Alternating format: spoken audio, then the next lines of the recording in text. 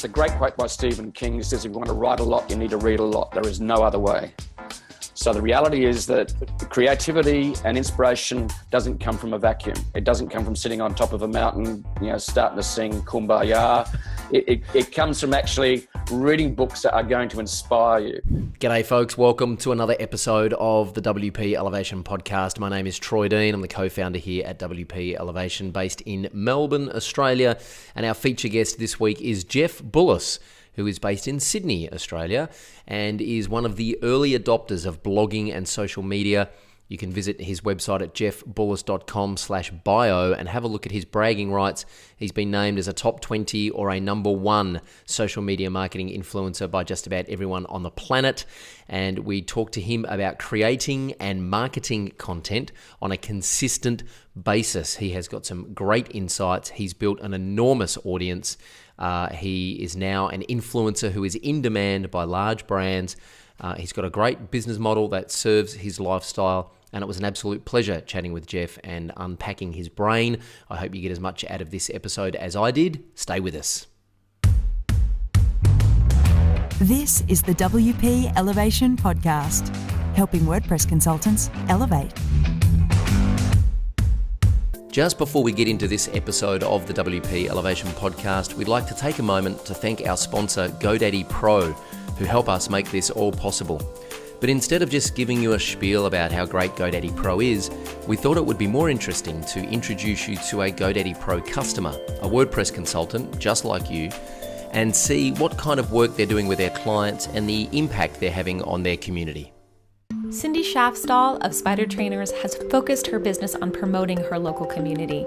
GoDaddy Pro Tools helps her achieve success by giving her the ability to gain access that she needs to make that happen. Yes, I'm Cindy. I'm from a company called Spider Trainers, and our mission for the last 2 years has been to promote the area that I moved into. It's a very small town in northeastern Arizona. We live in towering pines. It's absolutely lovely, but it's also very small and sort of, I don't want to say slow, but they're maybe slow to catch up. So they haven't been introduced to new technology. So when I came up here, very few people even had websites. And the town was one of the organizations that didn't have a website. And I realized that as an entrepreneur, I could have a direct impact on the town's success in marketing themselves as a tourism or as a tourist destination.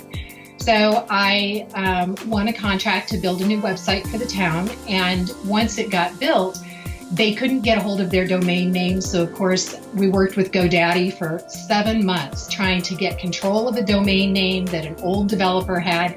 All the while, this website was just waiting to launch. So once the town site was up and we started getting data about that, I started working with the Chambers of Commerce and their nonprofit organizations. We've gotten great data off the various websites, and GoDaddy hosts everything. So my GoDaddy Pro account is really what gave us that success, because we were struggling with, gaining rights to domain names and being able to bring all of these sites together. Where can people find you online to learn a little bit more about what you do in your business? We're at spidertrainers.com, but our business is we're this community. So it's pinetoplakeside.com and pinetoplakesideChamber.com and sholochamber.com. For more information about GoDaddy Pro, visit godaddy.com/pro for tools to support your business. Okay, now let's get back to the show and see if we can help you take your WordPress consulting business to the next level. Jeff Bullas, welcome to the WP Elevation Podcast. Thanks, Troy. It's great to be here. So thank you for having me on, and we're just going to make some stories up today and share some stuff, I believe. So that's right. Looking forward to creative storytelling. There we go. Excellent. It's story time with Uncle Jeff. Yeah, that's right. For those, I know you're a very busy man. Thank you for giving some of your time here to talk to our audience. For those that have no idea who you are, let's give them a schooling. Who is Jeff Bullas and what's your story? Jeff Bullas was born at a very early age, and when he discovered he was alive, he decided that he wanted to make something of his life, and he became a teacher and then fired himself from teaching because he hated it, frankly. Wow. I was teaching people that didn't want to learn. They're called teenagers.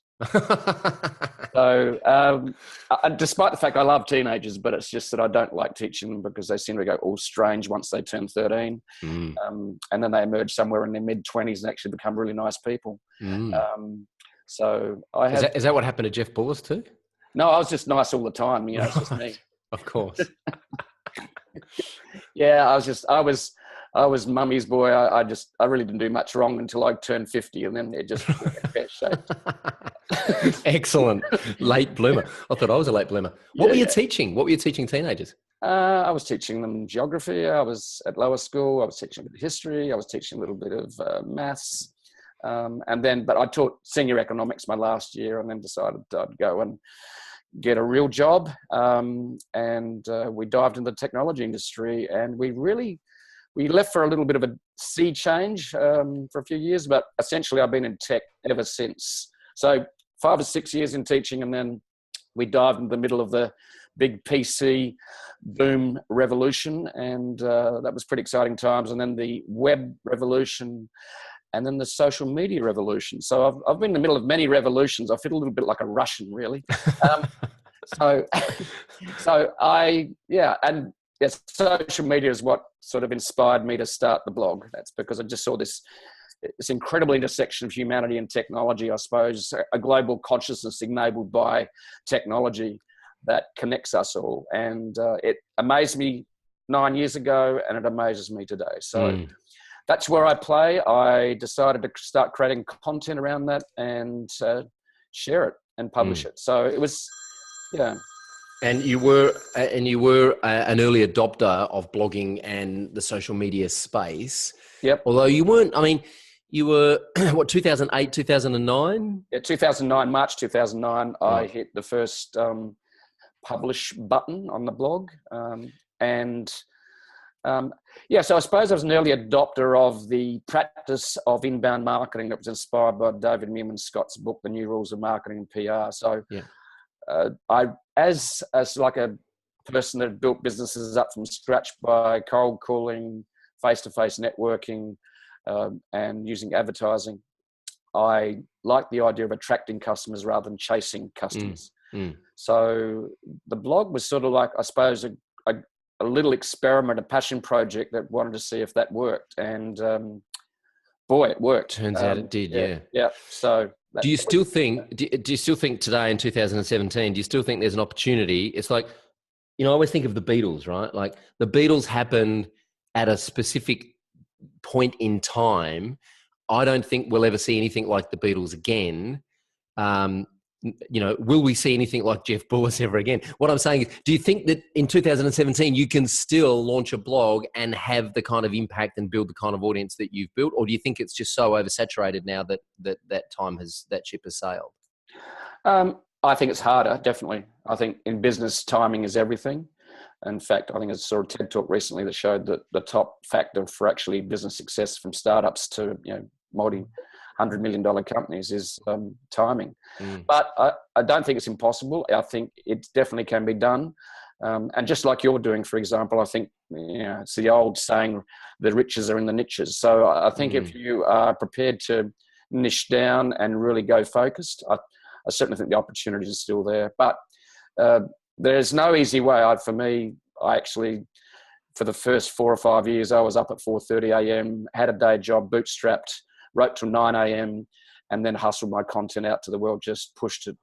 So it requires persistence. It really needs an engine called passion as well. Be really passionately interested in what you're doing. If you don't, it's going to be hard to show up every day. So I certainly think the opportunity is still there. But it's got to come from the right place in terms of being something you're passionate about. And so it's in your, I suppose, sweet spot of your passionate purpose in life. And I happened to stumble upon that in my early 50s. And, I'm a slow learner. It took me 50 years to work out what I really wanted to do. So, it can be done. I'm maybe the oldest social media blogger on the planet that actually does stuff in my space. The rest are a little bit younger than me. And for those that don't know, I'm just going to point people to your website and encourage people to go and have a look at jeffbullas.com/bio and have a look at your bragging rights, because you know, I'm not going to go through them all now because there's frankly too many to go through, but you have been named as, you know, a top 20 or the number one influencer by so many different assets and platforms. It's kind of ridiculous. I want to talk a little bit about, so the point is, you've got the runs on the board, you've got the results. You're a little different to a lot of guests we have on this show, because a lot of guests we have on this show are specifically doing client services. But the reason I wanted to unpack your brain was there's two things here. One is, we've got over 700 members in our program at the moment, and a lot of them have never written a blog post. Yep. And so we're constantly educating them about the importance of blogging. I want to unpack two things. First of all, the importance of being consistent. And second of all, this is a double-edged question. How do you leverage the content that you produce for maximum impact? So how do you do your influencer outreach? How do you get it into the front of your right target audience? And how do you stay motivated when no one's bloody listening and no one's commenting and no one's retweeting and no one's liking you? How do you keep that focus and keep that consistency when it feels like you're screaming into a vortex? Yeah, I suppose I built an audience before I actually needed them. I think that's the true essence of blogging. But then you need to have in place some things to actually build that audience along the way. So you need to build, you know, essentially I'm in the space of being a publisher or a content marketer that actually monetizes the content in a variety of ways. But the reality was that my little passion project, which blew up, became, I ended up having an audience that then I could actually monetize. So it's very different. A lot of people are doing monetization, then build an audience. So I've done the flip side of that. To keep motivated, I think the social web is, I think, can provide enough motivation by validating your creation. And that's why it's important to share your creation with the planet and push it out onto social media, because you will get snippets of validation as people will like what you say. And then you've got to leap on what that is and just keep doing more of that. So the social web actually validates us. And I think it's really changing human behavior. It's also, I think, a big part of where we're moving in humanity's evolution. I know that's a big term, but I think that truly we actually are seeing the evolution of human consciousness enabled by technology, which is the social web. Where that goes, I don't know. But the reality is that the social web validates our creation. And I think you've got to grab each little bit of validation and just keep writing it and use that as saying, okay, I'm on track. I'm getting a retweet. I'm getting a share. I'm getting a thank you. I'm getting a comment. But in the meantime, as you do that, you need to be working on, and content marketing is 2 words. Content is the first part. And that's great. But if you just think that, you know, you just create content and the world's going to show up, well, that's going to be really difficult, because it's like, you know, a tree in a Siberian forest. If you don't hear it fall, did it actually even fall? Did it exist? The reality is that you actually got to build distribution. So content marketing, 2 words, you've got to create content and then you've got to market it. And that's really, really important. So, and marketing operates on so many levels. So you can build an email list, you can build social distribution, you can get other influencers to share it, you can guest post. There's a whole different way. But you've got to go multi-channel, and you've really got to just persist. So a big part of what I do is actually not just the content creation or inspiration, ideation, content creation is, and then hitting publish. The next part of the game is just making sure it's visible. So let's talk about that, because I think this is where most people, it's like when you go to the gym and you don't get instant results, so then you don't go back. And I think I see this happening a lot with people who start off with a content strategy, or they're very motivated to produce content. They don't get immediate results, and then they stop. And you're right. We've learned this as well. We've got so much content in our business that's not optimized and not marketed, and we're working on that. But how do you, I heard someone say you should spend 9 hours marketing your content for every hour you produce it. How do you build that process? Is it just a matter of being consistent?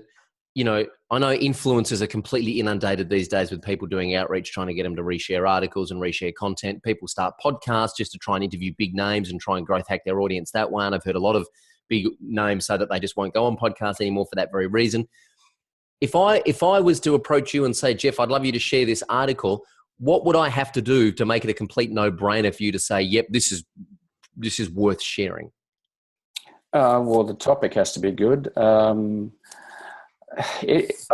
don't have any particular rules on it. I will ignore some people and I'll actually share others. There is no, but it has to be good stuff. I get approached by people to share stuff like on, dog breeding or something, and going, really? So it's got to be something that adds value to my audience. So if I see it as having enough value that it's worth sharing, then I will do that. If it uses up too much of my time and they don't make it easy, then I'll go, sorry, you've made it too hard for me. That's interesting. So, yeah, but I think there's a real mindset challenge for most people, and that you've got to play the long game. And it's just not a get-rich-quick scheme. Much as people like to think it is. I'll start a blog and I'll be, retire in 2 years or 1 year or 6 months. Yeah. And it's got to be built on the right foundation, which I mentioned in the beginning, which is actually, it's got to be something that you're passionate about. Something you'd, like if you love a certain type of musician, you'll drive 200 miles to go and see them. Yeah. You'll attend a conference and you'll pay for it. So it's got to be driven from that true passionate purpose. Mm-hmm. And I suppose I'm a little wired from a point that I suffered from asthma early on, and I had to start exercising just to actually maybe survive and breathe. Wow. And so I realized that the game of exercise, exercise was important for me to survive. So maybe I'm driven by some physical pain that actually made me realize the importance of persistence in playing the long game. But the mindset has to be very much one of a long game, in that, and that for some people is hard because everyone's got different levels of patience and they've got different degrees of persistence. And, but it's absolutely vital if you actually want to make a success of this. So that's how I see it, and that's how I play it. We spoke a little bit before we started the interview about your day. You get up pretty early, and what's the first thing you do when you rise? I put my feet on the floor and say, yay, I'm alive. I'm breathing, check my pulse. No, we're good. We make a cup of tea, we make a cup of coffee. I actually meditate for 15 minutes, and then I will start writing. So, and I time block 2 hours a day. There's a great book by a writer called Cal Newport. It's called Deep Work. A brilliant book I'd recommend to anyone, but I read it on a plane coming back from a mastermind event in Phoenix last year. And when I read it, it said, wow, he's actually just given a name to something I've been doing for the last 4 or 5 years, which was sitting down every day. And for 4 years, I actually got up at 4:30 a.m. and created and wrote and hit the publish button, and then actually marketed the content onto all the different social channels and email that I had. And then I went to work. So wow. I bootstrapped, excuse me. So, and then I got so distracted and started to speak in different places around the world and actually got paid for it, which surprised me. And I got so distracted that they actually slowly fired me from my day job. So I had no choice but to go full time. So the passion project escaped the lab, and I ended up doing this full time. But fantastic. Yeah. So the consistency of getting up every day at whatever time you get up, yep. and having that morning routine, make a hot beverage, meditate, do whatever you need to do, exercise, whatever it is for people listening, and then write, block time for 2 hours. Do you know what you're going to write when you wake up? Do you have like a list of headlines in Evernote? How do you get your inspiration? If you sit down and you're looking at a blank page, what do you know you're going to write about? There's a great quote by Stephen King that says, if you want to write a lot, you need to read a lot. There is no other way. So the reality is that creativity and inspiration doesn't come from a vacuum. It doesn't come from sitting on top of a mountain, starting to sing Kumbaya. It comes from actually reading books that are going to inspire you. Mm-hmm. And I typically, I don't overcomplicate it. I've got a phone with my note app on it, my Apple iPhone 7 Plus, and that's not an ad, by the way. I think different. Yes, right. So I will just grab my note app and I'll write in a headline. So if I'm looking for ideas or inspiration, sometimes I'm in front of the computer, get an idea. I actually open up my WordPress and just create a draft headline and maybe a couple of notes. And I typically I now have a whole tribe of guest writers who write for me 4 days a week. And generally I put out one blog post a week, which be something that I'm inspired by that I need to share. And that typically comes out on a Monday morning. In the meantime, I might be working on pillar content for the blog, or a chapter of an ebook or a book. So I've got plenty of ideas to write about, and sometimes I've got too many because that's the problem with ideas. The challenge in making any business success work is not the ideas; it's actually the execution. Absolutely. Yep. So let me just walk through this a minute. I've been really inconsistent with my writing and my publishing. So we publish an episode of the podcast every week. We publish a blog post every week. We have some other writers that write for us as well. I would like to write more. I think one of the reasons I've been very inconsistent is because I tend to write something, I get very excited, I hit the publish button, and then I do nothing. And I know that I would be doing myself a massive service if I actually had more of a marketing strategy behind that, because the more feedback I get, the more I want to write. That's right. That's the validation part. Correct. And I live for validation. That's why I'm in the business that I'm in. Most humans live for validation. Of course we do. We're a tribal creature, That's why we say thank you. Thanks for doing that. Yeah. And great meal. Thanks for cooking that. Yeah. It's just validation it doesn't mean external validation can become a sickness, so that becomes narcissism, right? But on the other hand, I suppose the real truth sits somewhere in the middle. Yeah. Yeah. So I've written my post. I hit publish. If I'm short on time and I'm short on resources and I'm running a client services business and I'm pedaling pretty fast to keep up with all the moving bits of my business, what's the minimum viable marketing strategy you reckon I need to make sure that post actually gets some traction and moves some needle for my business rather than just sitting there and collecting digital dust on the interwebs? Okay. I just did two things. Number one, I built a tribe on Twitter. Then I actually discovered tools that allowed me to automate the sharing on Twitter. And so, and I create content that's evergreen content. So I can continue to share that content because it doesn't date easily. So I actually post on Twitter every 15 minutes. And that actually doubles engagement, and it's done by a machine. Wow. So once I've loaded it, once I've got my content there, my machine's running. Wow. Number two, I then, because I'm continuing to build the email list, and you've got to continue to do that because, as we know, engagement on any platform decreases over time. So you've got to keep growing just to stand still. Because marketers ruin everything, right? That's right. All those spammy, scammy guys, right? And do that, right? So yeah. And then send it out to your email list. So there's just two things you need to do. Okay, so you know the next question. What tool do you use to automate Twitter, and what tool do you use to automate your email? Okay, the tool I'm using is a tool called Agora Pulse, which was been a labour of love for a lovely French guy from Paris called Emmerich Ermolt. Emmerich sponsors the post, the blog, and we use his tool, which is launched a new version of, which is fabulous. We can run campaigns for clients. We can, as an influencer, we keep our content going out every 15 minutes, driven by this ongoing recurring schedule of tweets. And so that's my main core automation from that. On the email side, we use Infusionsoft, which I have a love-hate relationship with. Yes, so do I. Yeah. But it's got all the plugins and add-ons that are used by most of the top bloggers on the planet. Yeah. If I can discover something that allows me to move away from, which I sort of have thinking about, I will, because it's ugly. It's being built for animals, not for humans. Yeah, I agree. I got a love-hate relationship with it too, but we're so far in bed with it now.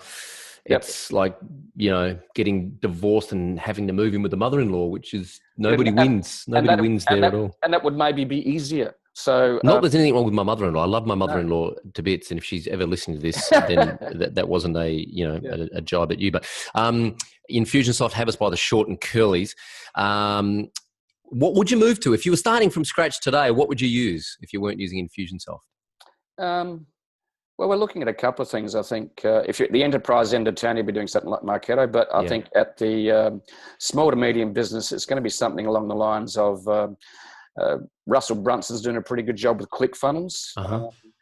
Because you can build landing pages, lead magnets, and funnels very quickly on that. And it's designed recently, because the problem with Infusionsoft is it's, I think, a little bit of a legacy system that really they haven't invested enough in to actually make it really sing and dance and be easy to use. So I agree. Yeah, but there's a couple of ideas. I'm not sure yet.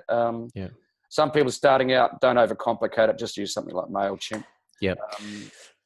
So let's talk a little bit about influencer outreach, because this is one of those things I know that can, and the way I did it, in interest of complete transparency, my mentor, Ed Dale, said to me, if you want to succeed in business, you've got to become a top 20, you've got to be seen as a top 20 influencer.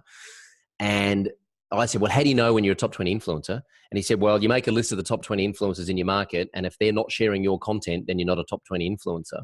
Right. So I cheated and I started a podcast and I interviewed the top 50 influencers in the WordPress consulting space, and I published those episodes, and therefore they all shared those episodes with their audience, and I by default became an influencer. So that was my quick hack to do that. Actually took, a couple of years and hours of producing a podcast, but anyway, if you were, if I am publishing awesome blog posts on, and this is a real life example, on how accountants can attract better staff, because one of the biggest problems that accountants have is staff turnover. How do I try and get that in front of as many accountants as possible, rather than just going and knocking on one door at a time? Well, you might talk to those who provide software for the accountants and do a deal with them. Who's talking to your audience? I think that's the question you've got to ask. Who's talking to your audience? Yeah. And how can you collaborate and win together? So that's the question you've got to ask. You've got to ask better questions. Yeah. I like it. And do you manage relationships with influencers? Like, do you treat it like an old school kind of CRM thing, or? No, I'm quite random, really. I just show up at conferences and have a couple of glasses of wine. I've seen that. I've seen you in action, actually, at Content Marketing World in Sydney. Yes, yeah, it's true. Yeah. So don't forget to have fun along the way. Seriously, life's too short. So yes, I've actually started a little bit more organised and started listing the network of people I know globally, locally, and I'm becoming a lot more organised in how I work with that. But it also comes down to your business model. Are you working at the big end of town? Are you working at the small end? At the big end of town, it's got to be very much about relationships. At the smaller end of town, it's about how you can scale the relationships through automation and identify them. So it depends on your business model, and that's the challenge too, is that as I'm quite global, the reality is that I really have to use the social web very much to connect. But we're doing a lot more local work as well, and working with bigger brands on sponsorship and influencer marketing projects together, which has been quite fun. But we're a hybrid publishing education model. Yep. Which is it's a different model. The whole business models are just evolving so quickly. So just trying to work out what your actual business model is, and then doubling down on that. Where does I don't need to talk about numbers or anything, but where does most of your business come from? Is it the speaking? Is it the sponsorship? Is it the ad revenue? We don't do much. We don't do anything with ad revenue because it's just such a low fee now. It's maybe great 10 years ago. Yeah. Influencer marketing projects, sponsorship is good. Speaking is another. Helping people we do some affiliate promotions of content and courses that we believe are valuable to our audience that need to learn. We have a blogging course which we sell. So it's multiple revenue streams, and we're in the middle of, I suppose, gently pivoting into the next phase of the business model, and we're sort of doubling down on that and working out how that works. And we're in the middle of meetings and so on. But it's really fascinating to actually look at how the business models have evolved over the last decade, and they continue to evolve. So who would have thought influencer marketing would be a thing? 6-7 years ago? So it's It's fascinating. And when you say influencer marketing, you're talking as the influencer, right? You're doing a lot of marketing on behalf of other people to your audience. Yeah, and they want to reach my audience. So that means that if they want, so we work out on different, I suppose, sponsorship models, sponsored content models to actually reach my audience and add value. It's all about adding value. Yep. So that's one part of it. And then the other one is some campaigns. So that's interesting from, and Content Marketing Institute, Social Media Examiner have different sort of models of that as well, which are pretty cool. So I don't provide any consulting services, because the reason I don't do that is it doesn't scale easily. Doesn't scale. That was my next question. So you don't do any consulting. I didn't think you did. Do you run any live events at all? We've done a couple, but that's something we'll do later as we build out a new evolution of the business model. So we will do some more of that. It's certainly in the long-term plan. But typically I'll speak at conferences, and that's part of, I suppose, that. But we're in the middle of that pivot. So the exact business model that will produce, I've got a pretty well an 80% idea of how that's going to work, but it's going to be what works and what doesn't that will determine how that works out. And what does your team look like these days? We've got a marketing person. We've got a automation specialist or two. We've got a copywriter. We've got an editor. We've got writers. So, it's a diverse and virtual team essentially. So it gives me the flexibility to work from anywhere, which I quite like. I speak a lot of places around the world, and the business is still going to keep running. So, and so I suppose I'm in the middle of actually becoming better at being an entrepreneur, which is the passion project that escaped the lab needs to grow up more as from a serious business point of view. And we're in the middle of all that, which is actually quite fun. So, and I'm just sharing my learnings along the way, which is cool. And learning out loud, so to speak. Yeah. Well, that's what I do. I've always just been learning out loud. That's great. I tell people I'm actually, I'm just sharing one step ahead of you what I'm learning. And I'm not an academic. I'm a practitioner. Yeah. And that's where truth lies, actually, as you know, in sharing what you're doing and what works. That provides real truth and honesty. And people want to learn from people who are doing, not from people that are just talking about it. That's right, 100%. A couple of quick questions before we wrap up. What's the best converting lead magnet that you've ever produced? I have a pretty cool one, which I created a couple of years ago. We might change it up a little bit. It's the 101 plus traffic tips to grow your website traffic without paying Google or Facebook a cent. I love it.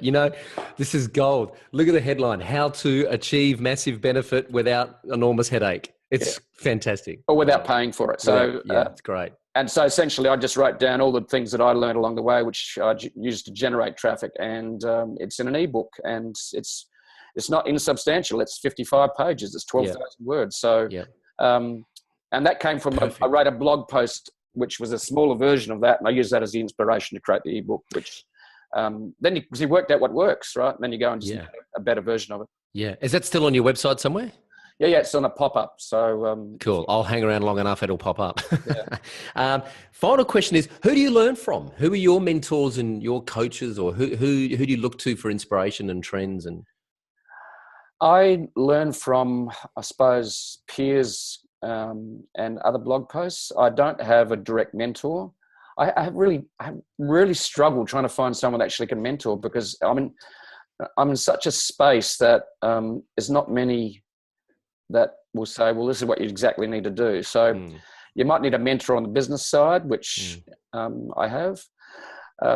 But I learned from the likes of Copy Blogger, Social Media Examiner, Content Marketing Institute. I learned from Darren Rouse on Pro Blogger. I learned from watching how the big viral news sites run, such as BuzzFeed, to look at what they're doing. So I innovate from outside my space as well. I look at lead pages. So the space I'm playing is just so diverse. It was much simpler 8 or 9 years ago. Yeah.